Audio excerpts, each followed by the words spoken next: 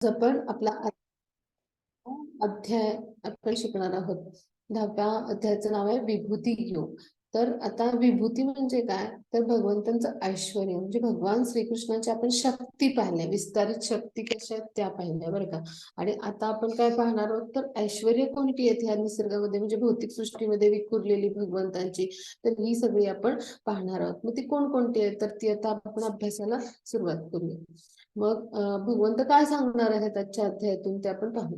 श्री श्री राधा गोविंदजी आपले जे इस्कॉन बेंगलोरचे आहेत त्यांना आपण साष्टांग दंडवत प्रणाम करूया आणि आजच्या अभ्यासाला सुरुवात करूया. आपले प्रमुख संस्थापक आचार्य आणि गुरुदेव यांच्या चरणी पण दंडवत प्रणाम करूया. हे आपले जे पुरीचे जगन्नाथ आहेत म्हणजे जे ज्यांना जगतपती म्हणतो, तर त्यांचे अर्चविग्रह आहेत. तर बऱ्याचशा इस्कॉन मंदिरांमध्ये आपले जगन्नाथपुरीचे म्हणजे जगन्नाथजींचे अर्चविग्रह असतात. मग त्याचं कारण मी तुम्हाला या अध्यायाच्या शेवटी सांगेन. आणि त्यांना देखील आपण म्हणजे त्यांना जगतपती का म्हणतात ते आपल्याला ह्या अध्यायात कळणार आहे. मग त्यांना देखील आपण साष्टांग दंडवत घालूया आणि आजचा आपला अभ्यास सुरू करूया. आज आपण भगवंताचे ऐश्वर्य जाणणार आहोत आणि मग कृष्णाकडे जाण्याचा मार्ग कोणता आहे आणि आनंद भक्तीची गोडी कशी लागते, आपल्याला कशी निर्माण होते, हे सगळं जाणून घेणार आहोत. आता आपण आजच्या अध्यायाला सुरुवात करूया. हा, मग इथे आजच्या अध्यायामध्ये काय आहे की 9व्या अध्यायात आपण हे सगळं पाहिलंच होतं, पण हे विस्तृत स्वरूपात अजून म्हणजे कृष्णांकडं आपण मग कसं जायचं आणि मग सगळ्यांचा उगम कृष्ण कसे आहेत आणि मग शुद्ध भक्ती भगवद्गीतेचे सार म्हणजे पूर्ण भगवद्गीतेचे सार या अध्यायात आहे. ह्याच्यामध्ये 10.8 ते 11 श्लोक आहेत. त्यांना म्हणायचं भगवद्गीतेचं म्हणजे चतुर्श्लोकी भगवद्गीता म्हणजे 10.8 ते 11 हे 4 श्लोक आहेत. म्हणून ह्याला काय म्हटले, पूर्ण भगवद्गीतेचे हे सार आहे. जसं दुसरा अध्याय भगवद्गीतेचा सारांश आहे विस्तृत पद्धतीने, तसं भगवद् श्लोकी गीता तर हे 4 श्लोक आहेत. मग अर्जुनाने आता कृष्णाचं सर्वोच्च पदे स्वीकारले म्हणजे एक प्रकारे गुरुशिष्य परंपरा आहे ती प्रस्थापित झाली आहे. आणि मग भगवान श्रीकृष्ण आणि त्यांच्या विभूतींचं कसं वर्णन करतात म्हणजे भगवंत, तर आपल्या विभूती कशा सांगतात अर्जुनाला ते सगळं आपण अभ्यासणार आहोत. मग आपण पुढे जाऊ. श्री भगवान म्हणाले, हे महाभाव अर्जुन पुन्हा ऐक, तू माझा प्रिय मित्र असल्यामुळे तुझ्या हितार्थ निमित्त तुला हे ज्ञान प्रदान करेन जे मी पूर्वी सांगितलेल्या ज्ञानापेक्षा श्रेष्ठ आहे. आता भगवंत काय म्हणतात की तुम्हाला म्हणजे प्रिय आहेस म्हणजे तुझी माझ्यावर अनन्य भक्ती आहे किंवा खूप म्हणजे प्रेम आणि तुझ्यामध्ये माझ्याविषयी खूप दृढ श्रद्धा आणि विश्वास आहे. आणि त्यामुळे असा प्रिय शिष्य आणि मित्र पण आहे, सखा पण आहे. आणि म्हणून तुझ्यासाठी हे परम गोपनीय जे ज्ञान आहे तर ते मी तुला सांगणार आहे असं भगवंत म्हणतात. म्हणजेच काय की भगवान म्हणजे ते 6 ऐश्वर्याने प्रकट होतात. म्हणजे जी 6 ऐश्वर्य आपण सांगितली की सर्वश्रेष्ठ सौंदर्य, सर्वश्रेष्ठ संपत्ती, सर्वश्रेष्ठ त्याग, सर्वश्रेष्ठ ज्ञान, त्यानंतर सर्वश्रेष्ठ बळ किंवा जे काही म्हणजे आपल्याला दिसतं म्हणजे सर्वश्रेष्ठ शक्ती, असं सगळं भगवंतांच्या मध्ये आहे. आणि म्हणून त्याला काय म्हणतात, भगवान असं म्हटले पराशर मुनींनी. मग असे जे भगवंत आहेत ते निरनिराळ्या शक्तीच्या स्वरूपात कसे म्हणजे ह्या ब्रह्मांडाला त्यांनी व्यापलेलं आहे, म्हणजे सर्वव्यापी कसे आहेत तर ते आपण ह्या अध्यायात समजून घेणार आहोत. मग या अध्यायामध्ये विविध शक्तींचा वर्णन आहे आणि पुढे 11व्या अध्यायात तर म्हणजे भगवंताचं विश्वरूप दर्शन म्हणजे सगळंच आपल्याला कळणार आहे. मग आपण हा भाग समजून घेऊया. म्हणजे आपण इथे समजून घेऊ की जेवढं आपण श्रवण करतो ना तितकं आपण भक्तीमध्ये स्थिर दृढ होत जातो. आणि प्रत्यक्ष अर्जुन तर प्रत्यक्ष साक्षात भगवंतांच्याकडून ऐकतात, पहा असे समोरासमोर. म्हणजे आता मी गीता सांगते हे सुद्धा तुम्हाला म्हणजे आपण झूम लिंक वरून ऐकतो, पण प्रत्यक्ष समोर ऐकताना आणि साक्षात भगवान सांगतात आणि म्हणजे अर्जुनांना ते भाग्य लाभलंय म्हणजे केवढी मोठी गोष्ट आहे पहा. म्हणजे ते चित्रात पण दाखवलंय. म्हणजे जो शुद्ध भक्त असतो ना त्याला फक्त भगवंताने त्यांचा सहवास हवा असतो किंवा त्यांच्या आनंदासाठी जे काही त्याला करता येण्यासारखं आहे ते प्रत्येक कर्म करण्यातच तो गोडी मानत असतो. मग आजचा अध्याय म्हणजे अशा पद्धतीने भक्तीचं एक काय म्हणतात एक सुंदरसं विवेचन आहे आणि ते आपण समजून घेणार आहोत. तर मग आता काय म्हणतात श्रीकृष्ण, तर तू माझा म्हणजे अत्यंत तुला मी प्रिय आहे किंवा तुझा माझ्यावर दृढ विश्वास श्रद्धा आहे, तू माझा सखा आहे, तू माझा मत्सर करत नाहीस. आणि म्हणून असे जे शुद्ध भक्त असतात तर त्यांनाच भगवंत त्यांच्या समोरच आपलं रूप प्रकट करत असतात किंवा भगवंत अशा म्हणजे भक्तांना की जे पूर्ण श्रद्धेने भगवंतांचे भक्तिमय प्रेममय सेवा करतात त्यांनाच भगवंतांचं स्वरूप स्थिती जाणता येते. आणि जेव्हा भगवंतांना जाण्याचा प्रयत्न आपण करतो तेव्हा आपली निश्चित स्वरूप स्थिती काय ही आपण जाणतो. आणि त्यामुळे काय होतं की आपलं भगवंतांशी जे असलेलं नातं आहे ज्याचं विस्मरण झालं असतं ते पूर्ण जागृत होतं आणि त्याद्वारे आपण हळूहळू भक्तिपदावर अग्रेसर होत जातो. आणि त्याची सर्वोच्च म्हणजे काय म्हणतात परम असं त्याची परमोच्च सिद्धी किंवा संसिद्धी आपण म्हणतो तर ते काय आहे तर असं कृष्ण भावनेने पूर्णपणे जागृत होणं आणि कृष्ण भावनाभावित होणं आणि त्या योगे भगवंतांच्या कृपेस प्राप्त होऊन भगवंतांची प्राप्ती किंवा भगवंताची प्राप्ती करणं. आता आपण पुढे जाऊ की अजून काय सांगतायत भगवंत.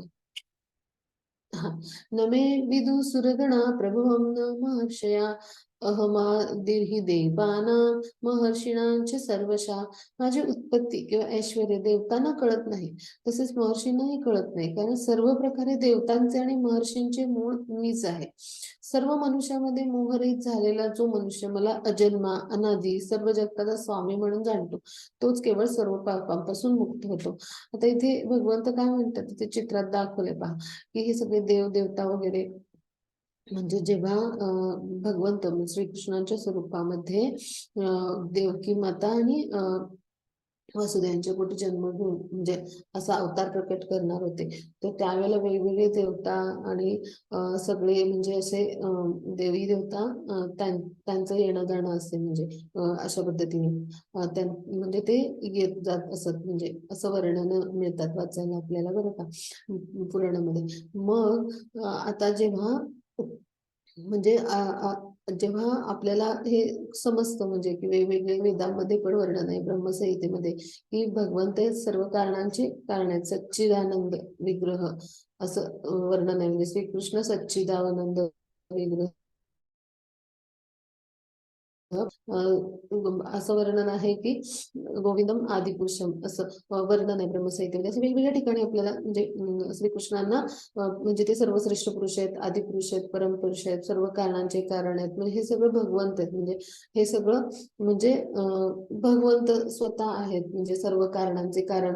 हे सगळं ऋषी मुनी जे आहेत तर त्यांचं काय होतं की त्यांना देखील हे समजत नाही म्हणजे भगवंतांना त्यांनी बुद्धीद्वारे तर्काद्वारे वेदांचं ज्ञान प्राप्त करून जर जाण्याचा प्रयत्न केला तर त्यांना देखील हे अवघड जातं की जे भगवंतांची नित्य सेवा करत असतात किंवा देवदेवता सुद्धा नित्य सेवक आहेत भगवंतांचे तरी देखील त्यांना हे समजू शकत नाही. मग आपल्यासारखे म्हणजे विद्वान म्हणजे आपल्यासारखे भौतिक संसारात असणारे आणि उच्च विद्या म्हणजे त्यांनी वेगवेगळ्या डिग्री वगैरे प्राप्त केल्या आहेत किंवा त्यांच्याकडे चांगल्या उच्च विद्या म्हणजे असे असलेले उच्च विद्या विभूषित आहेत मग त्यांना तर्काने आणि बुद्धीने म्हणजे विद्वत्तेने हा कळण्याचा भाग आहे का तर बिलकुल नाही. असं कोणी म्हणजे म्हणू नये की विद्वत्तेमुळे हे कळते तर त्यासाठी काय करायला पाहिजे तर भगवंताची भक्तिमय प्रेममय सेवा करायला पाहिजे किंवा भगवंताच्यावर दृढ विश्वास श्रद्धा ठेवून त्याला शरण गेल्यावर म्हणजे मग भगवंतांच्या सेवेद्वारे आपण त्यांना वस्तुतः म्हणजे एखादा भक्त आहे तो जाणू शकतो. आणि कसा जाणू शकतो तर भगवंतांच्या अहेतुकी कृपेमुळे म्हणजे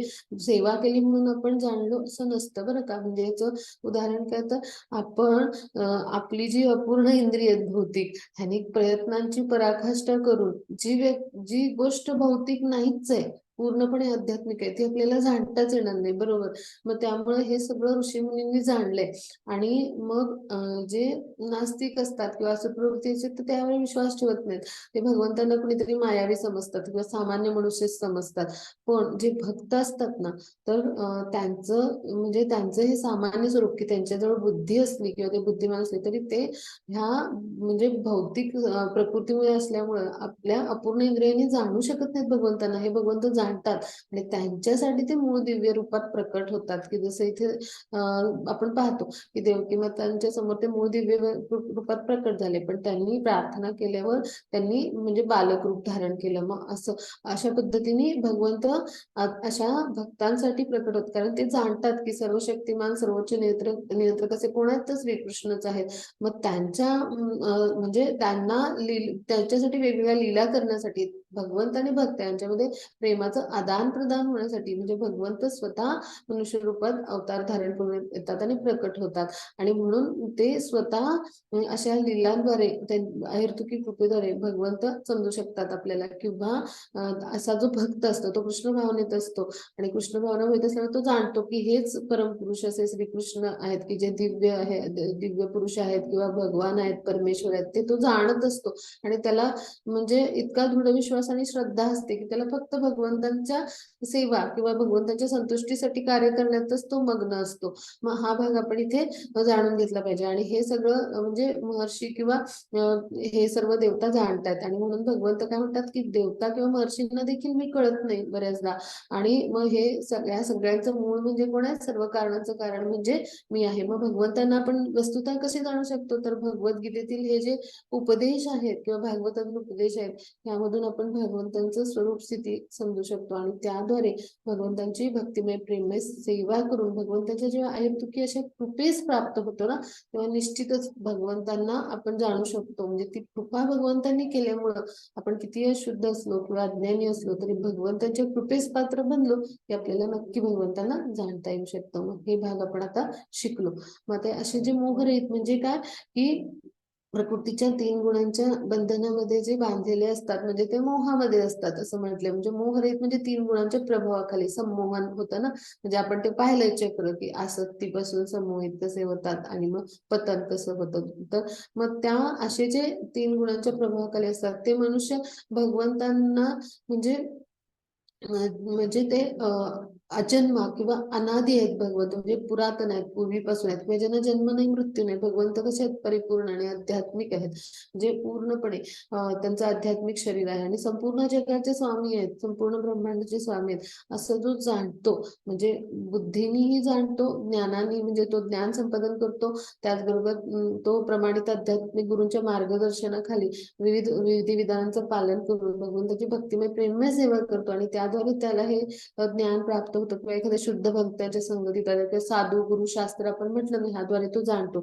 आणि जेव्हा तो फक्त हे जाणतो तेव्हा सर्व पापांपासून मुक्त होतो. म्हणजे केवढं मोठं भाग्य आहे पहा. म्हणजे आपण आता भगवद्गीता अभ्यासतो म्हणजे हे जाणण्याचा प्रयत्नच करतो. मग आपण ह्या छोट्या छोटे जी आपली पावलं टाकतो आहोत ना, तर त्याद्वारे आपण भगवंताच्या कृपेसच पात्र होत आहोत हे आपण ह्याच्यातून समजून घ्यायचं.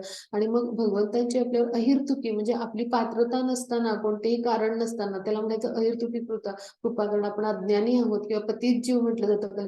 मग असं असताना देखील भगवंतांच्या अशा म्हणजे काही कारण नसताना त्यांनी केलेल्या त्यांच्या दयाळू आणि प्रेमळ स्वभावावर केलेली जी कृपा आहे त्याला म्हणायचं अहिर्तुकी कृपा. त्याच्याच आपण जेव्हा प्राप्त हो म्हणजे जेव्हा हो तेव्हा केवढी मोठी गोष्ट असेल, हो की नाही. म्हणून आजपासून आपण काय करायचं, छोटी छोटी पावलं टाकायची भक्ती मार्गावर की ज्याद्वारे आपल्याला निश्चितच म्हणजे भगवंतांच्या कृपेस प्राप्त होण्याचा प्रयत्न करता येईल. मग हे आपण ह्याच्यातून शिकायचं. मग आता आपण पुढे जाऊया.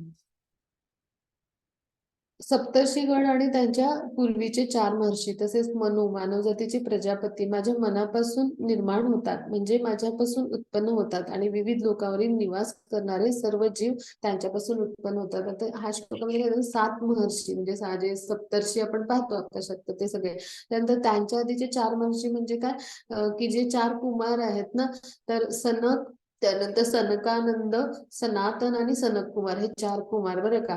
मनू म्हणजे 12 मनू असे सगळे मिळून हे जे प्रजापती आहेत 25 म्हणजे त्यांना म्हणायचं प्रजापती. तर हे कुणापासून निर्माण झाले, भगवंतांपासून. आणि मग ब्रह्माजींना म्हणजे मग त्यामुळे काय झालं, जेव्हा ब्रह्माजी या सृष्टीची निर्मिती करतात तेव्हा मग हे सगळे भगवंतांच्या मनापासून निर्माण झाले. तर हे काय करतात, वेगवेगळ्या विविध जीवावरची जी वेगवेगळ्या सृष्टी आहेत किंवा ग्रह लोक तारे म्हणजे जे जे काही वेगवेगळे ग्रह गोल तारे ब्रह्मांड तिथे जे कोणते जीव आहेत ज्या कोणत्या प्रकारचे, तर त्यावरचे सगळे जीव हे प्रजापतींपासून उत्पन्न होतात. आणि मग त्यानंतर काय होतात, त्यापैकीच एक जीव म्हणजे ब्रह्माजी म्हणजे म्हणून मानव निर्माण केले, मनुष्य जातीचे पिता आहेत. तर हे सगळे किंवा रुद्र सुद्धा म्हणजे भगवंतांनी प्रकट केले.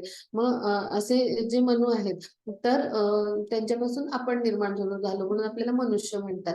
मग ब्रह्माजी काय करतात, ह्या सृष्टीची निर्मिती करतात आणि मग इतर म्हणजे त्याचं संचलन म्हणजे ह्या सगळ्या गोष्टी घडतात.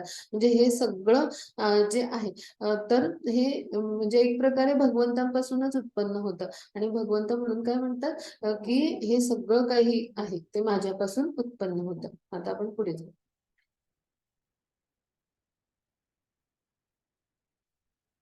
एतां विभूतियोगञ्च मम यो वेत्ति तत्त्वता सोविकल्पेन योगेन युज्यते नात्र संशय.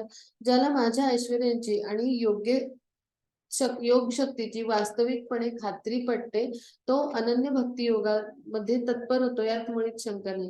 म्हणजे काय, की ज्याला भगवंतांच्या ऐश्वर्याची आणि योग शक्तीची वास्तविकपणे म्हणजे खात्री पटते, म्हणजे असा कोण असतो की जो भगवंतांची स्वरूप स्थिती जाणतो, तत्वता त्याला जाणतो. म्हणजे म्हटलं ना आपण की एखादाच कोणी असतो, आपण मॅरेथॉनच्या शर्यतीचं चित्र पाहिलं होतं, समहात्मा सुदुर्लभ, म्हणजे असे भरपूर जण असतात पण एखादाच असतो की शर्यत जिंकतो. म्हणजे असे हजारो लाखो जीव जन्माला येतात, ते वेगवेगळ्या योनीतून प्रवास करत असतात. मग जेव्हा मनुष्य जन्म मिळतो त्यातल्या सुद्धा हजारो लाखो जन्म आपले असेच जातात, आणि असा एखादाच मनुष्य असतो की त्याला त्या एखाद्या जन्मात पुन्हा असा दुर्मिळ जन्म जेव्हा मिळतो तेव्हा भगवंत कोण आहेत कळतं, आणि भगवंतांशी आपलं नातं काय आहे हे समजतं. आणि ते कळल्यानंतर भगवंतांचे हे सगळं सर्वोच्च शक्तिमान रूप, परमेश्वर रूप असं, आणि त्यांची ऐश्वर्य आणि त्यांची योग शक्ती म्हणजे भगवंताची आध्यात्मिक शक्तीची वास्तविकपणे खात्री पडते. म्हणजे तो तत्वता भगवंतांना या प्रमाणित आध्यात्मिक गुरूंच्या जेव्हा म्हणजे तो सानिध्यात येतो, किंवा एखाद्या शुद्ध भक्तीच्या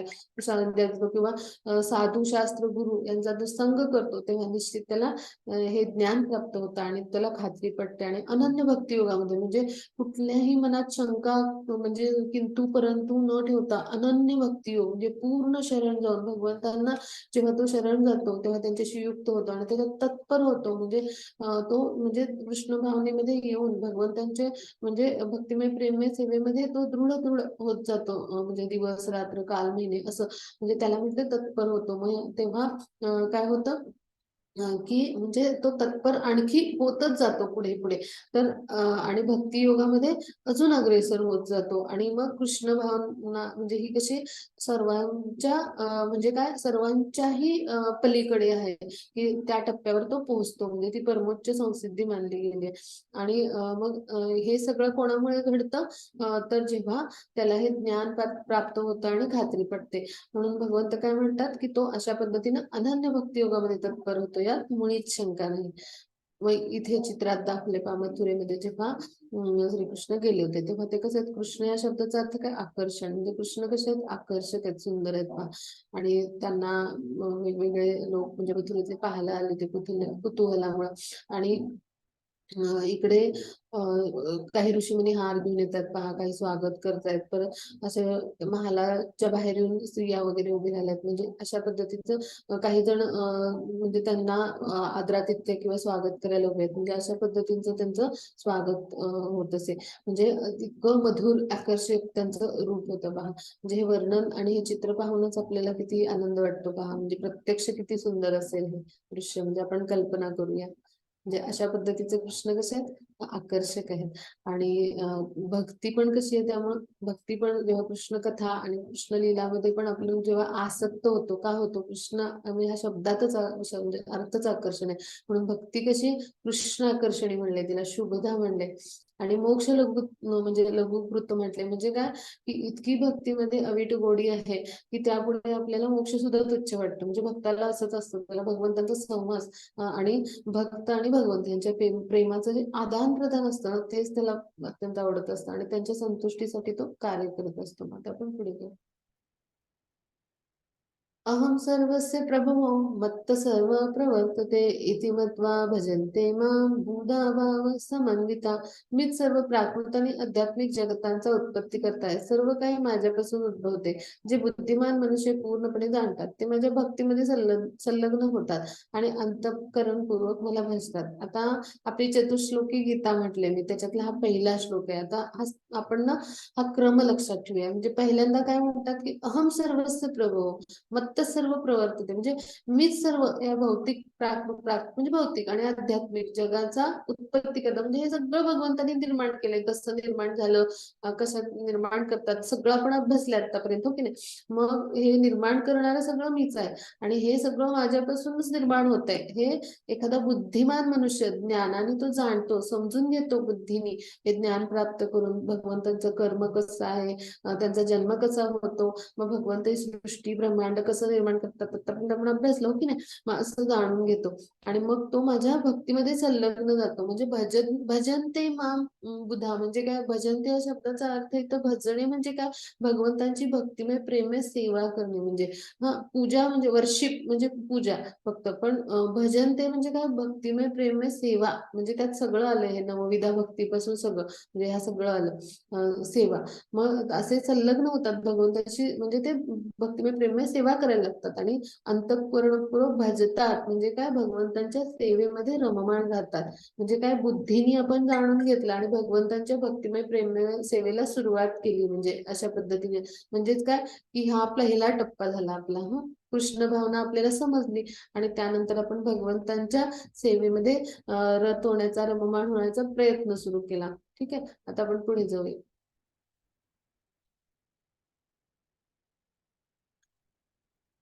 मच्चिता मदगत्राणा बोधयन्त परस्परं कथयन्तश्च मां नित्यं तुष्यन्ति च रमन्ति च. आता आपण हा लक्षात घेऊया. माझ्या शुद्ध भक्तांचे विचार माझ्यामध्ये वास करतात. म्हणजे काय, सतत हा शुद्ध भक्त फक्त भगवंतांचाच विचार करतो. म्हणजे तो भगवंतांच्या सेवेला सुरुवात करतो.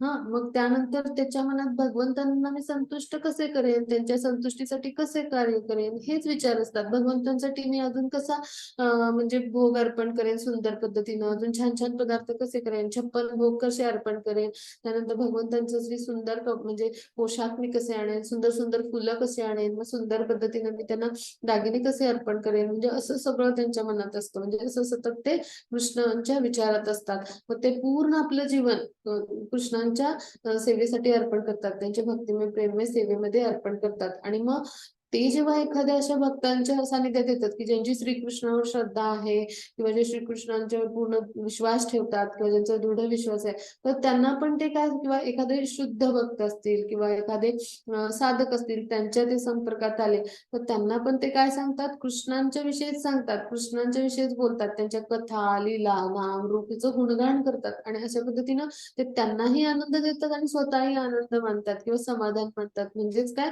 की ते माझ्याबद्दल एकमेकांना ज्ञानाचं आदान प्रदान करतात. कृष्ण कथा किंवा इतर कृष्णांविषयीच्या भक्तीचं ज्ञान, विज्ञान ह्याच्याविषयी चर्चा करतात आणि मग त्या बोलण्यातून ते खूप समाधान आणि आनंद मिळवतात. इथे काय सांगितली, ती शुद्ध भक्ताची लक्षणं सांगितली ती. तर असा हा शुद्ध भक्त असतो. म्हणून म्हणजे त्यानंतर काय, म्हणजे आपण ज्ञान घेतलं, भगवंतांची भक्तिमय प्रेममय सेवेला सुरुवात केली, मग त्यात पुढचा टप्पा काय, की आपण हळूहळू या भक्ती मार्गावर अशा पद्धतीने दृढ होत जातो आणि भगवंतांची भक्तिमय प्रेममय सेवेमध्ये आपण आनंद मानतो. म्हणजे हा भक्तीतला पुढचा टप्पा आला, हो की नाही? आता आपण पुढे जाऊ. 10.10 तेषां सततयुक्तानां भजतां प्रीतिपूर्वकं ददामि बुद्धियोगं तं येन मामुपयन्ति ते. जे प्रेमाने माझी सेवा करण्यासाठी सतत समर्पित असतात, त्यांना मी समज देतो की ते माझ्याकडे येऊ शकतात. मग आता पहा, म्हणजे आता जे असे भगवंतांची भक्तिमय प्रेममय सेवा करण्यात रमतात किंवा त्यांच्या संपर्कात येतील, त्यांना आनंद देतात, ते असे शुद्ध भक्तीमध्ये दृढ होत जातात. पुन्हा हे शुद्ध किंवा अनन्य भक्ताची लक्षणं अभ्यासले. पण मग पुढे काय होतं, की मग अशा प्रेमाने जी भगवंतांची भक्तिमय प्रेममय सेवा करतात आणि स्वतःचं सगळं जीवन समर्पण करतात, प्रत्येक कार्य कृष्णांच्या संतुष्टीसाठी, प्रत्येक गोष्टीत कृष्णांना कारण ठेवून ते प्रत्येक कर्म भौतिक जगातलं करतात, तेव्हा ते अत्यंत आनंदात प्रत्येक आपलं नियत कर्म, कर्तव्य कर्म करत असतात. मग त्यांना समज म्हणजे काय, की त्यांना मी सांगू इच्छितो असं म्हणायचंय भगवानना, की ते माझ्याकडे येऊ शकतात. म्हणजे असे जे असतात तर ते भगवंतांना प्रिय असतात आणि भगवंत म्हणजे हळू म्हणजे भगवंत काय करतात, तर अशी जे बुद्धीनी भगवंतांना म्हणजे जाणून घेऊन त्यांची पूजा किंवा भक्तिमय सेवा करतात, तर त्यांच्यावर भगवंत एक प्रकारे ही कृपाच करत असतात. आणि त्या कृपेद्वारे म्हणजे अहेतुक कृपेद्वारे त्या म्हणजे त्यांना भगवंतांची प्राप्ती होऊ शकते. इथे गोपीजन दाखवलेत पहा, त्यांनी काय केलं, भगवंतांच्या संतुष्टीसाठी कार्य केलं. म्हणजे भगवंतांना काय इच्छा आहे तर ती पूर्ण करण्यासाठी त्यांनी कार्य केलं. म्हणजे इथे म्हणजे चित्रात दाखवले पहा, कोणी भगवंतांच्या म्हणजे चरणांशी बसलंय, तर कोणी भगवंतांना प्रेमाने म्हणजे त्यांच्याशी वार्तालाप करते. म्हणजे अशा पद्धतीने गोपीजनांनी फक्त आणि फक्त भगवंतांच्या संतुष्टीसाठी कार्य केलं. आणि म्हणून ते काय बनले, सर्वश्रेष्ठ जे भक्त आहेत ह्या गोपी म्हणजे भगवंतांचे.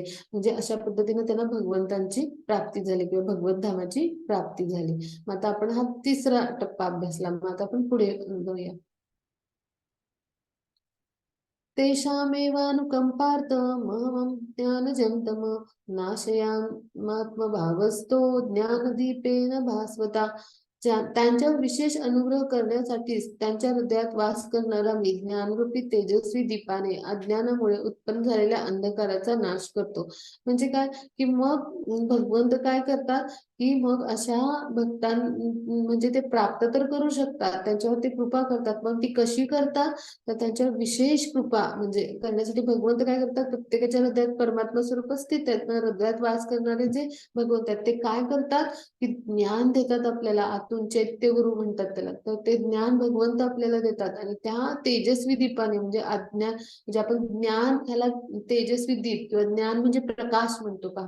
आणि म्हणजे आणि अज्ञान म्हणजे अंधकार म्हणतात. म्हणजे अज्ञान हे तमोगुणाचं प्रतीक आहे पहा, आणि ज्ञान हे प्रकाश म्हणजे ह्याचं प्रतीक आहे, सत्वगुणाचं थोडक्यात. आणि भगवंतांच्या दिव्य शरीरातून काय होतं, तर तेजस्वी असे प्रकाश किरण ज्योती येतात ना. म्हणजे ते काय आहे, तर दिव्य तेज आहे. म्हणजे ते आपल्याला ज्ञानाकडे घेऊन जातं, म्हणजे भगवंतांच्याकडे घेऊन जातं. मग असं जे दिव्य ज्ञानरूपी म्हणून त्याला काय म्हणलं, तेजस्वी दीपाने आपला अज्ञानरूपी अंधकार असतो म्हणजे जो काही आपल्यामध्ये असतो, म्हणजे आपल्या हृदयावर त्या अशुद्धी असतात, हो की नाही, अशुद्धी असतात, कल्मश असतात भौतिक आणि जन्माची. तर ते अशा अज्ञानरूपी अंधकाराचा नाश करतात. म्हणजेच काय पहा, तो मुक्तात्मा होतो, 3 गुणांच्या पलीकडे जातो, त्रिगुणातीत होतो अशी व्यक्ती भगवत कृपेमुळे. आणि त्यामुळे काय होतं, असा जो मुक्तात्मा असतो तो भगवत धामाची प्राप्ती करतो किंवा म्हणजे कृष्णांची प्राप्ती करू शकतो. म्हणजे ह्या चार ह्याच्यातून आपण काय अभ्यासलं, की भगवद्गीतेचं सार अभ्यासलं. म्हणजे अशा पद्धतीने अनन्य भावाने जेव्हा आपण शरण जातो तेव्हा भगवंतांची अशा पद्धतीने कृपा होते. आता आपण इथे चित्रात पाहतो, की माता देवहूती आहेत, तर ज्या कपिल मुनींच्या माता आहेत. तर कपिल मुनी हे भगवंतांचे अवतार आहेत प्रत्यक्ष. तर ते जे अवतार आहेत तर त्यांनी अशा पद्धतीने त्यांना कशा पद्धतीने भगवंतांची भक्तिमय प्रेममय सेवा करायची, भगवत प्राप्ती कशी करायची, तर ते सर्व उपदेश केलेले आहेत भागवतामध्ये ते आहेत. म्हणजे तर खूप सुंदर वाचण्यासारखे आहेत. म्हणजे पूर्ण भक्ती योगाचं अनन्य भक्ती कशी करावी त्याचं विश्लेषण आहे. किंवा इकडे चित्रात वरती दाखवले तर शुकदेव गोस्वामी की म्हणजे तर म्हणजे ते अनन्य भक्त होते असे भगवंतांचे. आणि मग त्यांनी राजा परीक्षितांना आणि इतर सगळे जे ऋषी मुनी साधू असे बसले त्यांना मार्गदर्शन केलं. आणि त्यांच्याकडून सूत गोस्वामींनी हा भागवत श्रवण केला. त्यांचे उत्तम शिष्य होते, कथाकार कुटुंबात जन्माला आलेले सूत गोस्वामी होते. तर त्यांचं सुद्धा म्हणजे जे शुकदेव गोस्वामी आहेत, त्यांच्याकडून सूत गोस्वामी ते जेव्हा ऐकलं तेव्हा त्यांच्याकडून सुद्धा म्हणजे त्यांनी खूप म्हणजे प्रशंसा केली. आणि मग त्यानंतर त्यांनी तो म्हणजे नैमिषारण्यात किंवा दंडकारण्य म्हणतात त्याला, तर तिथे वेगवेगळ्या ऋषी मुनींना कलियुगाच्या प्रारंभ होण्यापूर्वी भागवताचं कथन केलं, की जो आपण भागवत आता नेहमी आपण जो ऐकतो तो भागवत ग्रंथ.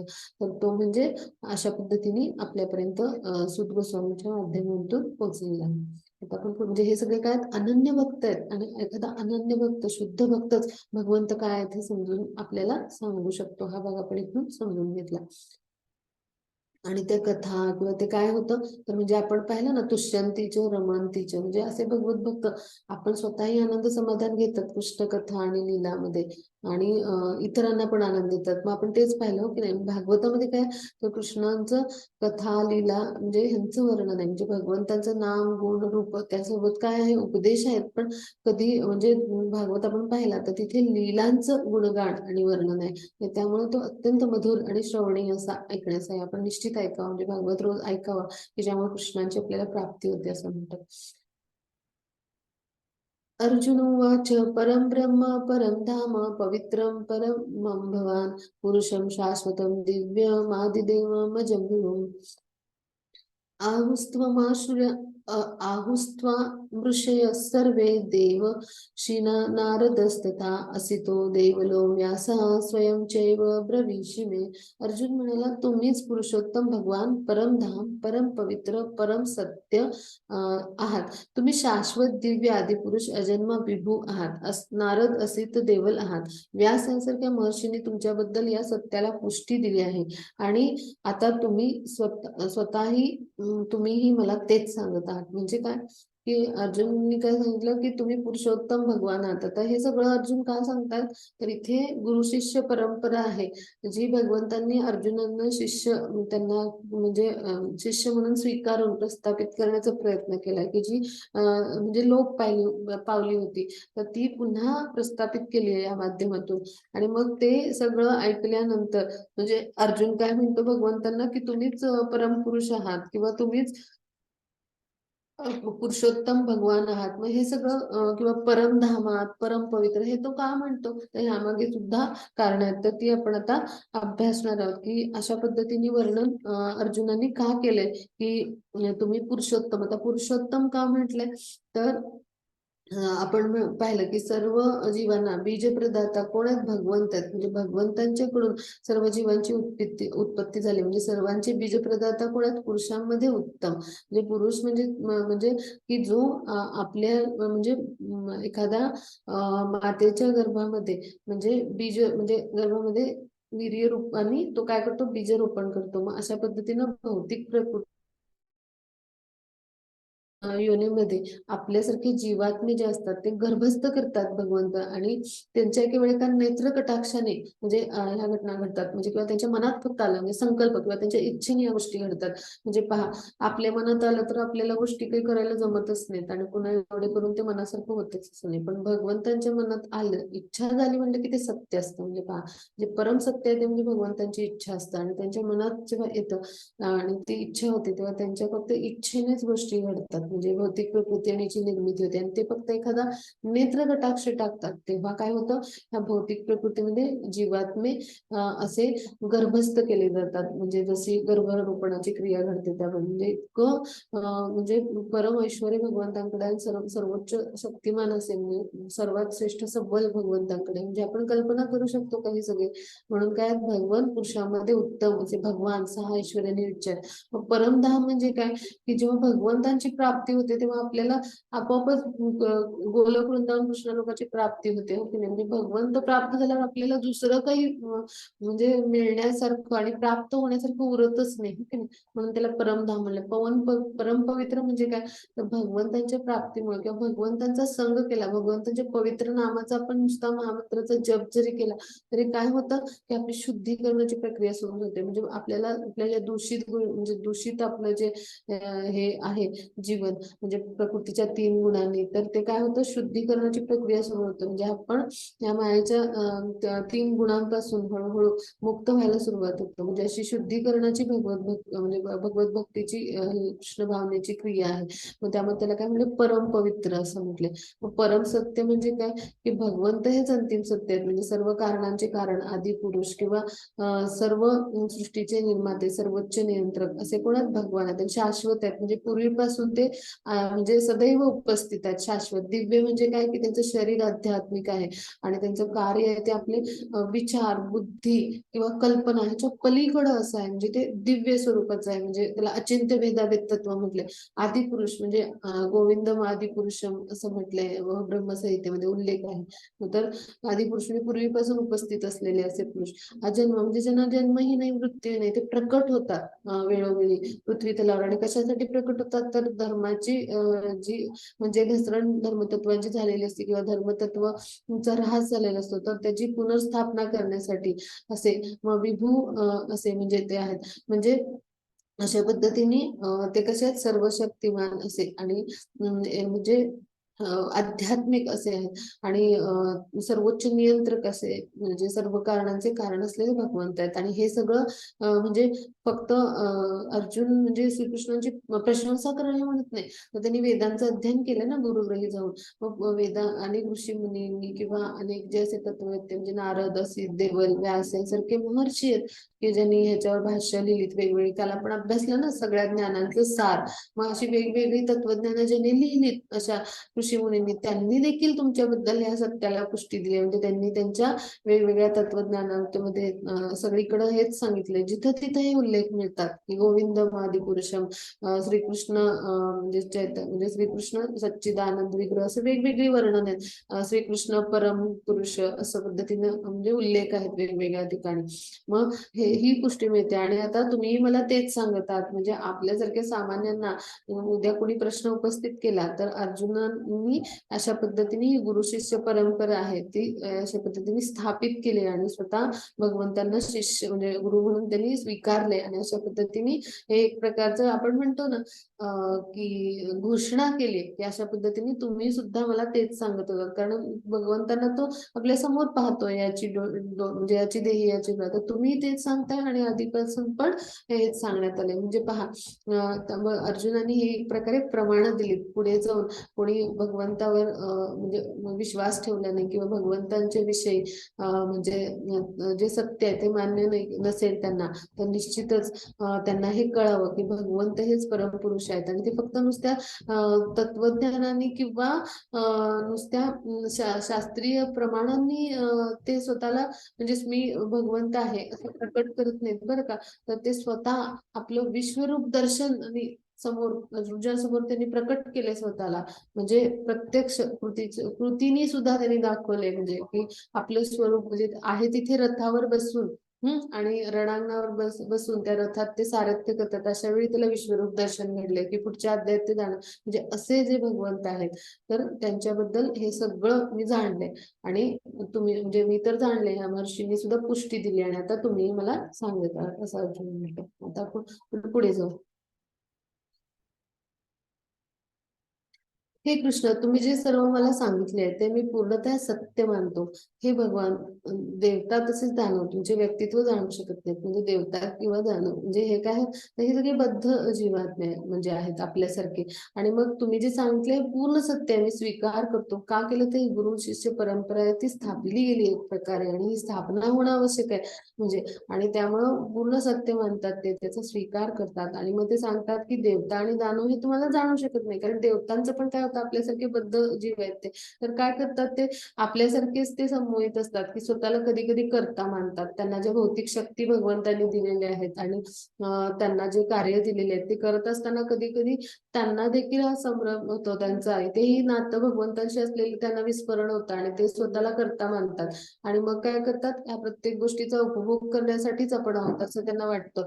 आणि त्यामुळे काय होतं, मग त्यांचं पतन होतं. मग दानव तर कसे असतात, असुरी प्रवृत्ती जे तमोगुणाचं प्रतीक आहे. म्हणजे रजोगुणा सारख्या आसक्ती त्यांच्या आणि तमोगुण मुळे ते कसे असतात की ते मूर्ख अज्ञानी असतात. आणि त्यामुळे ते फक्त आपल्याला ऐश्वर्य प्राप्त करण्यासाठी किंवा अशा उपभोग जे काही भौतिक सृष्टीमध्ये उपभोग आहेत, त्या भगवंतांनी निर्माण केलेल्या गोष्टी आहेत किंवा वस्तू आहेत, संपत्ती आहे, हे सगळ्याचा त्यांना उपभोग घ्यायचा असतो. पण त्यांना भगवंतावर कधीही दृढ श्रद्धा विश्वास नसते. ते त्यांचं कधीही अस्तित्व मान्य करत नाहीत किंवा भगवंतांच्याकडे ते कधीही त्यांचे शरण जात नाहीत. आपण पाहिलं ना 8व्या अध्यायामध्ये की कोणते लोक भगवंतांकडे जातात आणि कोणते जात नाहीत. मग त्यामध्ये असुर दानव कधीच जात नाहीत. त्यांनी जरी शास्त्र जाणणं, भगवंतांचं स्वरूप माहिती असलं त्यांना, तरी ते कधीही भगवंतांना शरण जाऊन त्यांची भक्तिमय प्रेममय सेवा करत नाही की भगवंतांना ते दृढ श्रद्धा विश्वास भगवंतांवर ठेवत नाहीत. आणि मग त्यामुळे काय होतं, त्यांचं पतन होतं. ते सतत इंद्रिय तृप्ती आणि भौतिक आसक्तीमध्येच रममाण होतात. आणि त्यामुळं त्यांचं अशा पद्धतीने पतन झाल्यामुळे ते भगवंतांची स्वरूप स्थिती कधीही जाणू शकत नाहीत, तुमचं व्यक्तित्व कधीही जाणू शकत नाहीत असं ते म्हणतात. हे पुरुषोत्तम, हे भूतभावन, भूतेश, देवाधिदेव, हे जगतपते, खरोखर तुम्हीच केवळ आपल्या अंतरंग शक्तीद्वारे स्वतःला जाणू शकता. मग इथे भगवंत काय म्हणतात की अर्जुन काय म्हणतात, हे पुरुषोत्तम म्हणजे पुरुषांमध्ये उत्तम असे कोण आहेत, भगवंत आहेत. मग हे भूतभावन म्हणजे काय, की आता असे जर मुक्तात्मा जरी असतील म्हणजे अगदी शुद्ध भक्त, पण काय होतं की ते देखील भगवंतांना म्हणजे जसे ऋषीमुनी जाणू शकत नाही तसं म्हणजे काही मुक्तात्मा योगी जे असतात तत्वावर म्हणजे योगी म्हणजे ज्या योगी म्हणजे योगी असं ज्यांचं उच्च कोटीचे योगी असं जे स्थान असतं असे लोकांना म्हणजे अशा मुक्तात्मा लोकांना सुद्धा भगवंतांचं स्वरूप स्थिती कधी जाणता येत नाही. कारण शेवटी आपला देह हा भौतिकच आहे ना, त्रिगुणांच्या पलीकडे आपण जातो, आध्यात्मिक शरीर प्राप्त होतो, पण आपण कसे गुणाने समान आहोत, पण आपण म्हणजे प्रमाणाने भगवंतांच्या पेक्षा भिन्न आहोत. त्यामुळे आपण भगवंतांना म्हणजे एक म्हणजे आपण त्यांचा एक चितकण आहोत, म्हणजे एक कण असं. आणि भगवंत हे विशाल सागरासारखे आहेत म्हणजे. तर मग आपण कसं काय जाणून करू शकतो, बिलकुल नाही, की आपण जे भौतिक अपूर्ण इंद्रियांनी अशा पूर्ण आध्यात्मिक गोष्टीला आपल्याला जाणता येणार नाही. आणि म्हणून भगवंतांना असं आपण जाणू शकत नाही, म्हणून त्यांना काय म्हटले, भूतभावन असं म्हटलंय. मग समजा आपण भगवंतांना भक्तिमय प्रेममय सेवेद्वारे अनन्य भक्तीद्वारे समजा जाणलं, तर पुढे काय होतं, जरी आपण त्यांना माझा आवाज येतोय माताजी? हरे कृष्ण. कृष्ण माताजी, हरे कृष्ण माताजी, येतोय आवाज येतोय. इथे तुमचा खूपच आवाज येतोय, काहीतरी कार्यक्रम आहे म्हणून आवाज येतोय ना? हो हो, तुमचा आवाज येतो. हरे कृष्ण. हा, तर भगवंत काय म्हणतात की समजा अशा पद्धतीने तुम्ही मला समजा अनन्य भक्तीद्वारे भक्तिमय प्रेममय सेवेद्वारे तुम्ही मला जाणलं, तरी पण काय होतं की सगळ्या जीवांचे हे भगवंत कोण आहे, तर पिता आहेत. म्हणजे काय, तर बीजप्रदाते पिता भगवंत आहेत, आपण सगळे त्यांच्यापासून निर्माण झालो. मग हे आपण जाणतोच असं नाही, म्हणून त्यांना काय म्हणले, भूतेश असं म्हटले. आणि मग हे जर जाणून घेतलं आपण, तरी जे देव म्हणजे सगळे वेगवेगळे देव देवता आहेत हे सुद्धा भगवंतांनी निर्माण केलेले आहेत. अगदी ब्रह्माजी किंवा जे शिव आहेत, हे सगळ्यांची निर्मिती आपण पाहिलं ना. म्हणजे गोलोक जो चार्ट आपण अभ्यासला त्याच्यामध्ये पाहिलं ना कशी उत्पत्ती होते, ब्रह्मांड, देवता, सगळे जीव, मग सगळे लोक, मग हे सगळं भगवंतांनी निर्माण केले. मग देवांचे देव म्हणून त्याला म्हटले. मग असे देवांचे देव आहेत हे आपल्यासारख्या सामान्यांना कळत नाही म्हणजे. आणि समजा हे जरी समजलं तरी भगवंत पूर्ण जगाचे स्वामी आहेत, तर हे मग सगळ्यांना कळतच असं नाही म्हणजे. म्हणून त्यांना काय म्हटले, जगतपती म्हणजे जगाचे सगळे स्वामी जो आहेत, तर त्यांना काय म्हणायचं, जगतपती. म्हणून जे अर्चविग्रह आहेत जगन्नाथपुरीचे, तर तिथे कलियुगासाठी भगवंतांनी अशा संपूर्ण जगाचे पती म्हणजे पूर्ण आपल्या ह्या सगळ्या कलियुग आणि ह्यासाठी आपल्यासाठी म्हणजे जो अवतार घेतलाय तो म्हणजे काय आहे, जगन्नाथपुरीतील ते अर्चविग्रह आहेत. आणि त्यामागे म्हणजे आणि म्हणून त्यांना काय म्हटले, जगतपती असं म्हटले. मग ते जगन्नाथपुरीचे म्हणजे जगतपती आहेत. आणि म्हणून मग त्यांना कोणी जाणू शकतो, तर आपण अंतरंग शक्तीद्वारे स्वतःला भगवंत म्हणजे भगवंतांसारखे कुणी दुसरे असूच शकत नाहीत. आणि आपल्यासारखी अपूर्ण इंद्रिय असलेली व्यक्ती म्हणजे जे पूर्णपणे आध्यात्मिक आहेत त्यांना कधीच आपल्या अपूर्ण इंद्रियांनी आणि तर्काने बुद्धीने जाणू शकणार नाही. म्हणून आपण काय केलं पाहिजे, जे काही शास्त्र प्रमाण आणि साधू म्हणजे कृष्ण भावना वैकुंठ आणि गुरु सांगतात त्याच्यावर विश्वास ठेवला पाहिजे. आणि पूर्ण श्रद्धेने विश्वासाने त्यांना शरण जाऊन त्यांची भक्तिमय प्रेममय सेवा करून त्यांची कृपा प्राप्त करण्याचा प्रयत्न केला पाहिजे, किंवा कृष्णांच्या संतुष्टीसाठी कार्य केलं पाहिजे आणि कृष्ण भावनेमध्ये दृढ झालं पाहिजे. मग हेच या अध्यायामध्ये आपण शिकतो आहोत. मग आता आपण पुढे जाऊया. हे योगेश्वर कृष्ण, मी तुमचे कसे निरंतर चिंतन करावे आणि तुम्हाला कसे जाणावे, कोणकोणत्या विविध रूपात मी तुमचे स्मरण करावे. हे जनार्दन, कृपया आपल्या योग शक्तीच्या ऐश्वर्याचे विस्ताराने वर्णन करून तुमच्याबद्दल श्रवण करून मी कधीच तृप्त होत नाही. कारण मी जितके अधिक म्हणजे श्रवण करतो तितके अधिक मला तुमच्या अमृतमयी संभाषणाची रसास्वादन करण्याची इच्छा होते. मग इथे आता भगवंत काय म्हणजे भगवंतांना अर्जुन काय म्हणतात की आता मी तुमचं निरंतर चिंतन कसं करायचं, म्हणजे आता अर्जुनांना हे माहितीये की कलियुगामध्ये किंवा या भौतिक जगामध्ये जे आपल्यासारखे सामान्य माणसं आहेत तर ते वेगवेगळे म्हणजे सतत ते वेगवेगळ्या इंद्रिय तृप्ती किंवा सकाम कर्मामध्ये असतात. आणि समजा आपल्यासारखे एखाद्याने ठरवलं की कृष्ण संतुष्टीसाठी कार्य करायचं, आपले नियत कर्तव्य कृष्णांच्या संतुष्टीसाठी करायचं किंवा त्याचं फळ कृष्णांना अर्पण करायचं, आणि आपण भक्ती मार्गामध्ये जरी दृढ अग्रेसर व्हायचा प्रयत्न केला तरी ही भौतिक प्रकृती अशी आहे की तिथं प्रत्येक वेळी आपल्यासारख्या सामान्य किंवा पतित जीवांना त्यांचं प्रत्येक वेळी स्मरण राहीलच असं नाही. मग ह्यासाठी भगवंतांना तो काय प्रश्न विचारतो की तुमचे निरंतर म्हणजे सतत चिंतन कसं करायचं. कारण एखादा शुद्ध भक्त आहे जो भगवंतांचा अर्जुनासारखा, त्याला काय वाटतं की माझ्यावर जशी कृपा झाली भगवंतांची, मला जसं भगवंतांनी त्यांचं ज्ञान भक्ती त्यांचं प्रेम मला मिळालंय प्राप्त झालंय ते त्यांनी दिलंय गुरु म्हणून, तर असंच सगळ्या सामान्य जनांना पण मिळावं. म्हणजे शुद्ध भक्ताला हे म्हणजे ही इच्छा असते की असे जे सगळे माझ्या संपर्कात येतील किंवा येणारे पुढचे जे आहेत त्या म्हणजे जे तर जीव त्यांना हे सगळं म्हणजे भौतिक संसारात जे लिप्त असतात त्यांना हे सगळं मिळावं. आणि त्यासाठी ते काय विचारतात असा प्रश्न विचारून तो आपल्यासाठी मार्ग मोकळा करतात की तुमचं मग निरंतर चिंतन म्हणजे तुम्हाला मग कसं स्मरणात ठेवायचं, तुम्हाला कसं लक्षात ठेवायचं, म्हणजे तुम्हाला आम्ही कसं जाणू शकतो मग ह्या सगळ्या भौतिक प्रकृतीमध्ये आणि मग तुमच्या कोणकोणत्या विविध रूपात तुम्ही स्मरण करायचं असा प्रश्न विचारतोय. म्हणजे आपल्यासारख्या सामान्यांसाठी एक प्रकारे तो आता भगवंतांना हे विचारून एक प्रकारे मार्ग मोकळा करतोय. मग त्याला उत्तर काय दिलं श्रीकृष्णांनी की ह्या भौतिक प्रकृतीमध्ये भगवंत वेगवेगळ्या ऐश्वर्य आणि शक्तींच्या स्वरूपात विखुरलेला आहे भगवंतांचं ऐश्वर्य आणि शक्ती. मग त्याद्वारे आपण त्या पाहून या भौतिक प्रकृतीत आपण असणार म्हणजे जगणारे जीव किंवा असणारे जीव ह्या वेगवेगळ्या भौतिक स्वरूप प्रकृतीमध्ये विखुरलेले जे त्यांचे ऐश्वर्य आहेत किंवा शक्ती विस्तार आपण पाहिले अशी ऐश्वर्य जी विविध आहेत ना म्हणजे अगणित आहेत म्हणजे अनंत आहेत, तर ती पाहून नक्की भगवंतांचं स्मरण करू शकतो आणि त्यांचं निरंतर चिंतन करू शकतो असं उत्तर दिलं भगवंतांनी.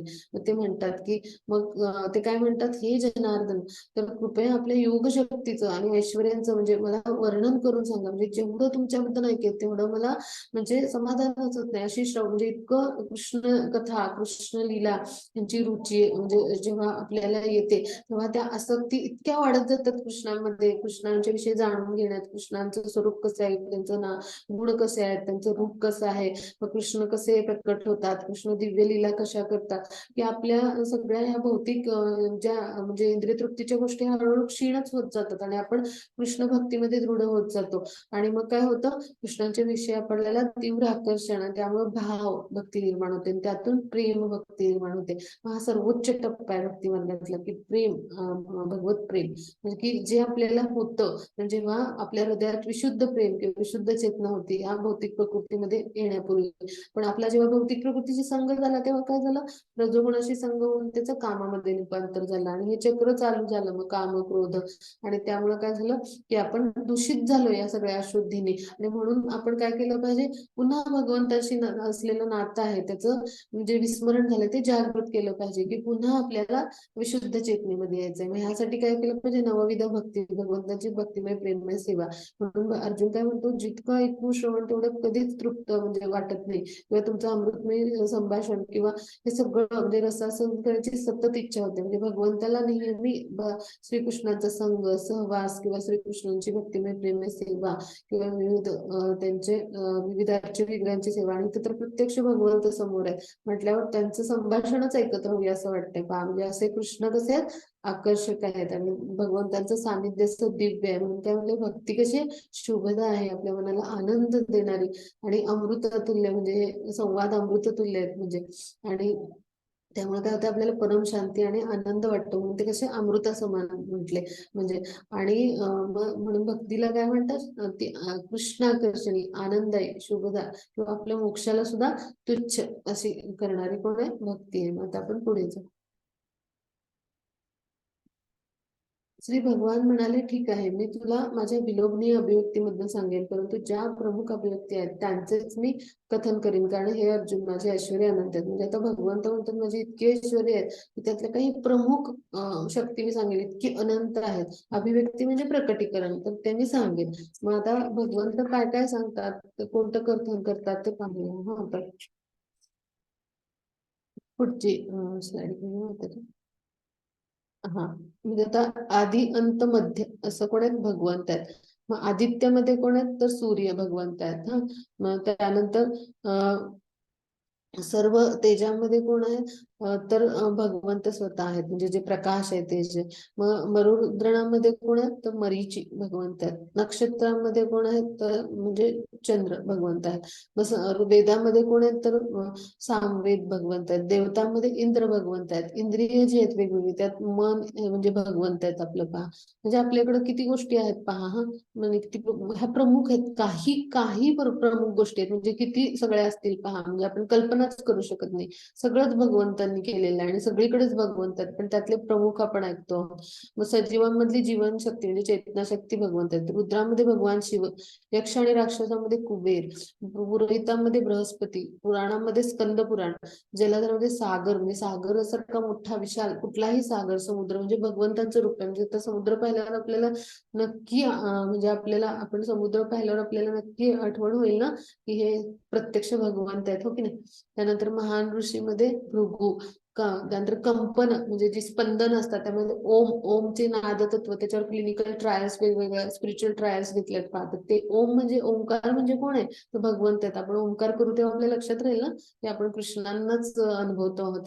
त्यानंतर नामजप म्हणजे यज्ञानाम जपो यज्ञस्मित, आता म्हणजे हा श्लोक आहे 10व्या अध्यायात.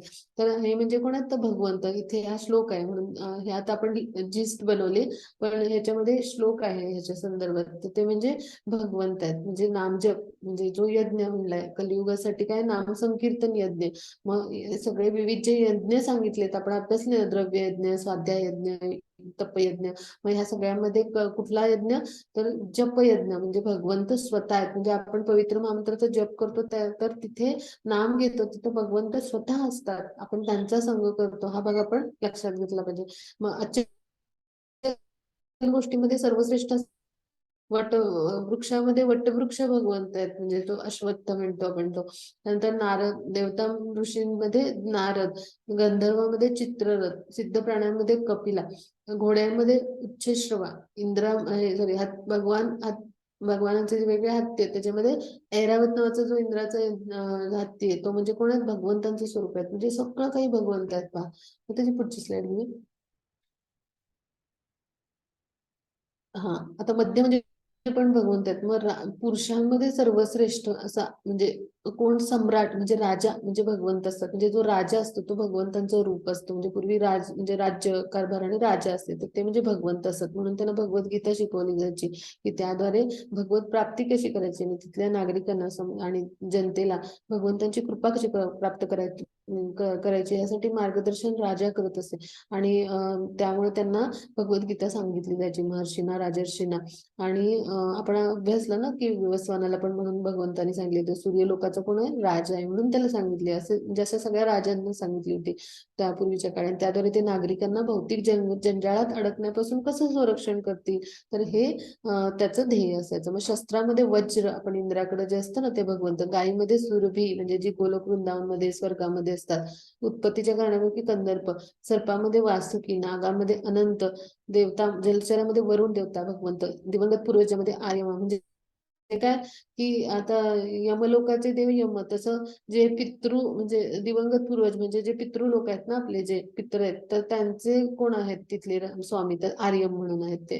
त्यानंतर कायद्याच्या सूत्रधारामध्ये यम, दैत्यामध्ये प्रल्हाद महाराज पहा, म्हणजे ते भगवंताचे शुद्ध भक्त. धमन करणाऱ्यामध्ये काळ म्हणजे कालभक्षी रूप म्हणतो ना आपण, ते म्हणजे कोण आहेत? स्वतः भगवंत आहेत पहा. म्हणजे आपण प्रत्येक क्षणी किती वाजले घड्याळात पाहतो, मग घड्याळ बघितला की आपल्याला आठवले पाहिजे की हे भगवंत आहेत. हा जाणारा पुढे सरकणारा कालभक्षी म्हणजे काळ म्हणजे प्रत्येक काय म्हणतो कालभक्षी रूप म्हणजे भगवंत. म्हणजे ती वेळ हळूहळू पुढे सरकते ना, म्हणजे नष्ट होत जाते ती.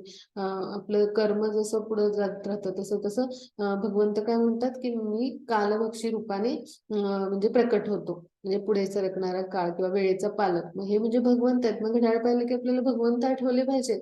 म्हणजे हेच अशाच पद्धतीने आपण भौतिक जगातले ऐश्वर्य समजून घेऊ शकतो. पक्ष्यामध्ये गरुड पहा, पशुमध्ये सिंह, त्यानंतर पवित्र करणाऱ्यामध्ये वायू, शस्त्र धारण करण्यामध्ये भगवान श्रीराम, मत्स्यांमध्ये मकर मासा, नदीमध्ये गंगा, आरंभी अंत मध्य सर्व सृष्टीचा भगवंतच आहेत. मग विज्ञानामध्ये स्वतःचे आध्यात्मिक ज्ञान म्हणजे आपण जे अध्यात्म अभ्यासतो ते म्हणजे सर्वश्रेष्ठ असं आपण जे अभ्यासतो आपल्या आत्म्याला ज्ञान आपण घेतोय ते म्हणजे भगवंत. तर्कशास्त्रामध्ये ते निर्णायक सत्य म्हणजे ट्रुथ म्हणतो ना आपण, तर ते म्हणजे भगवंत. अक्षरामध्ये अकार म्हणजे भगवंत, समासामध्ये द्वंद्व समास आणि सृष्टीकर्त्यामध्ये ब्रह्मदेव स्वतः म्हणजे भगवंत, म्हणजे त्यांनीच निर्मिती केली, म्हणजे हे सगळं कोण आहेत? भगवंत आहे. आता आपण पुढे जाऊ. शिवाय हे अर्जुन, मी सर्व अस्तित्वांची उत्पत्ती करणारा बीज आहे. असे कोणतेही अस्तित्व नाही, हलणारे किंवा न हलणारे, जे माझ्याशिवाय असतील. म्हणजे काय की भगवंत स्वतःच सगळ्यांचे बीजप्रदाता पिता आहेत. संपूर्ण म्हणजे या सृष्टीमध्ये जीवांना गर्भस्थ करण्याचं भगवंत कार्य करतात आणि त्यांच्या वेगवेगळ्या परा आणि अपराशक्तींच्या संयोगाने या गोष्टी घडतात आणि त्याद्वारे ते सगळे ग्रह, गोल, तारे, ब्रह्मांड, सगळ्या हलणाऱ्या वस्तू, म्हणजे आता ज्या हलणाऱ्या वस्तू म्हणजे काय, आता पर्वत आहेत तर ते हलू शकत नाही, पण आता जीव आहेत तर हलतात, झाडं म्हणजे म्हणजे वनस्पती आहेत तर त्या हलतात, म्हणजे हलणारे चर आणि अचर, हलणारे आणि माझ्याशिवाय अस्तित्वात, म्हणजे भगवंत स्वतः त्यांना उपस्थित राहायची गरज नाही. तर त्यांच्या ह्या परा आणि अपराशक्तीचा संयोग, जे भौतिक आणि आध्यात्मिक शक्तीचा संयोगाद्वारे किंवा काही ठिकाणी पराशक्तीद्वारे त्यांचं नियंत्रण केलं जातं आणि अशा पद्धतीने भगवंत हे सर्वांचे म्हणजे नियंते आहेत किंवा म्हणजे सर्वांना त्यांनी निर्माण केले, म्हणून ते काय म्हणतात, माझ्या अस्तित्वाशिवाय ते असू शकत नाही. कारण प्रत्येक गोष्ट भगवंतांच्या इच्छेने घडते, त्यांच्या मनात विचार जेव्हा येतो तेव्हाच घडते हे सगळी निर्मिती, आणि त्यांच्या एका कटाक्षाने फक्त प्रकृतीमध्ये सगळे जीव आहेत ते गर्भस्थ केले जातात. म्हणजे पहा, भगवंताशिवाय काहीही असू शकत नाही, म्हणून भगवंत काय म्हणतात, माझ्या अस्तित्वातच असू शकते. मग हे पर्यंत माझ्या दिव्य विभूतींना अंत नाही. तुला जे मी काही सांगितले हे म्हणजे अनंत विभूतींचे केवळ सूचक आहे. म्हणजे अगदी म्हणजे आपण म्हणतो ना की अगदी कमीत कमी जे काही आहे ते म्हणजे हे म्हणजे भगवंतांनी थोडक्यात तात्पुरतं असं त्याला सांगितलं. म्हणजे इतकी सगळी ब्रह्मांड आणि इतके सगळे ग्रह, गोल, तारे आणि त्यातला आपला एका म्हणजे एक टिंब पण नाही, म्हणजे असं म्हणजे एका कोऱ्या कागदावर एक आपण टिंब दिलं तर ते एक टिंब पण असणार नाही, इतका पृथ्वी छोटा ग्रह आहे आणि तिथला आपल्यासारखा एखादा छोटासा माणूस. आपण भगवंतांना आणि त्यांच्या अनंत ऐश्वर्यांना जाणू शकू का? हो, ते बिलकुल नाही, हो की नाही? म्हणून भगवंत काय म्हणतात, हे माझ्या अनंत विभूतींचं केवळ एक सूचक आहे. आता आपण पुढे जाऊ. आणि अशा पद्धतीने भगवंतांच्या दिव्य विभूतींना अंतच नाही, म्हणजे आपली बुद्धी कल्पना याच्या पलीकडे भगवंत आहे, अचिंत्य आहे भगवंत. आता आपण पुढचा श्लोक अभ्यासू. सर्व ऐश्वर्यवान, सुंदर आणि तेजस्वी अभिव्यक्ती माझ्या तेजाच्या केवळ एकाच पुल्लिंगातून उत्पन्न झालेले जाण. म्हणजे काय, भगवंत सांगतात की या सगळ्या जगामध्ये जे काही विलक्षण दिसतं, सुंदर फुलं, सुंदर धबधबे, सुंदर दिसायला जे म्हणजे असे खूप सुंदर जे कोणी आहेत जीव किंवा जे काही सुंदर आणि असं दिसतं तेजस्वी, म्हणजे जे जे दिसतं ते फक्त भगवंतांच्या तेजाचं एक स्फुल्लिंग, म्हणजे एक चितकण म्हणून आपण छोटस, म्हणजे अग्नीचं एक स्फुल्लिंग म्हणजे काय, अगदी छोटासा एक कण असतो की नाही, ठिणगी, त्यातून ते उत्पन्न झालंय हे तू जाण. म्हणजे पहा भगवंतांचं काय ऐश्वर्य असेल आणि काय शक्ती असतील भगवंतांच्या, म्हणजे आपण परम परमेश्वर म्हणतो त्यांना, हो की नाही, परम ईश्वर म्हणतो, सर्वचे सर्व नियंत्रक, सर्व कारणांचे कारण. म्हणजे आपण त्यांच्या जर इतक्या विलक्षण आणि इतक्या अभिव्यक्ती सुंदर असतील किंवा प्रकटीकरण आणि ऐश्वर्य इतकी प्रचंड विलक्षण असतील, तर भगवंत निर्माण करणारे त्यांना किती सुंदर असतील ना, आपण कल्पना करू शकतो. विचार करूया, म्हणजे इतकं सुंदर म्हणजे अशा पद्धतीनं प्रकटीकरण निसर्गामध्ये या भौतिक प्रकृतीमध्ये जे काही आहे ते ऐश्वर्य आणि तेजस्वी अभिव्यक्ती, ते म्हणजे फक्त एक स्फुल्लिंग आहे, म्हणजे हे तू जाण असं म्हणतात. म्हणजे फार काही असं नाहीये, एक म्हणजे अशा ऐश्वर्यवान आणि परम ईश्वराचं ते फक्त एक छोटस स्फुल्लिंग आहे असं भगवंत सांगतात. आता पण पुढे जाऊ.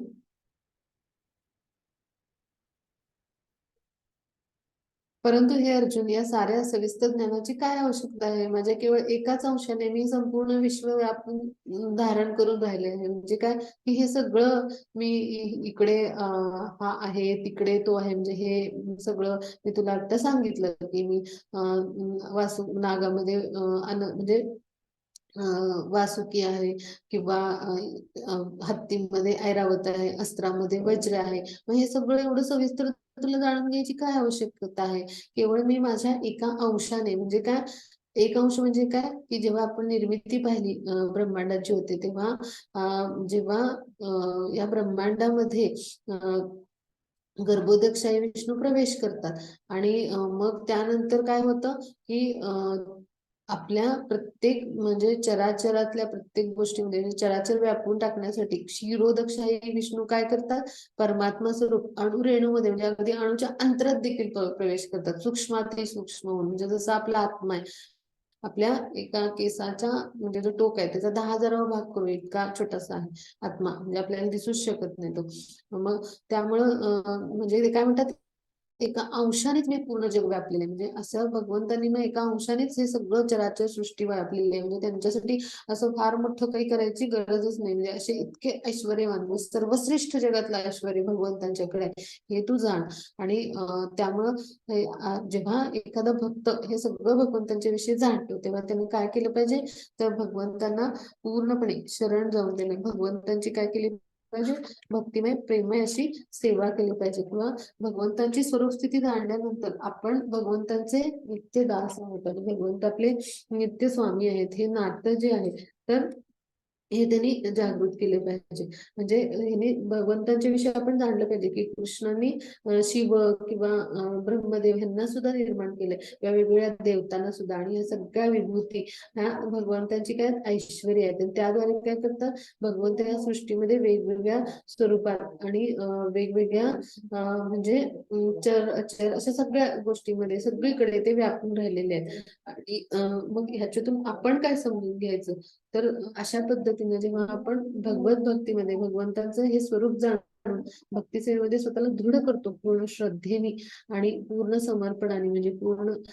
शरण जाऊन भक्तिमय प्रेममय सेवेमध्ये आपण त्यांच्या रममाण होतो तेव्हा निश्चितच आपल्याला सुद्धा भगवंताची कृपा प्राप्त होऊ शकते किंवा भगवत नामाची प्राप्ती होऊ शकते म्हणजेच काय की आपण जेव्हा शुद्ध भक्तिभावाने आपलं मन कृष्ण भावनेमध्ये एकाग्र करू लागतो तेव्हा काय होतं आपण सदैव दिव्यावस्थेमध्ये स्थित व्हायला लागतो आणि प्रत्येक गोष्ट आहे ती कृष्णाच्या इच्छेने घडायला लागते हळूहळू जसे जसे कृष्ण भावनेमध्ये आपण दृढ होऊ जाऊ मग आपण 8व्या श्लोकापासून 11व्या श्लोकापर्यंत अभ्यासलं की कृष्ण भक्ती आणि कृष्ण आराधना कशी असते आणि हाच एक शुद्ध असा भक्तिमय प्रेममय सेवेचं नाव आहे की त्याला शुद्ध भक्ती किंवा विशुद्ध भक्ती असं म्हटलंय आणि म्हणून आपल्या भक्तीची परम संसिद्धी कशात आहे तर भगवंताचं सानिध्य कसं प्राप्त करायचं भगवंतांच्या कृपेस कसं प्राप्त व्हायचं आणि भगवंतांची प्राप्ती कशी करायची मग ह्यासाठी आपण हे सगळं आता समजून घेतलं की कशा पद्धतीने एखादा भक्त असतो आणि तो भगवंतांची भक्तिमय प्रेममय सेवा करून कशी भक्ती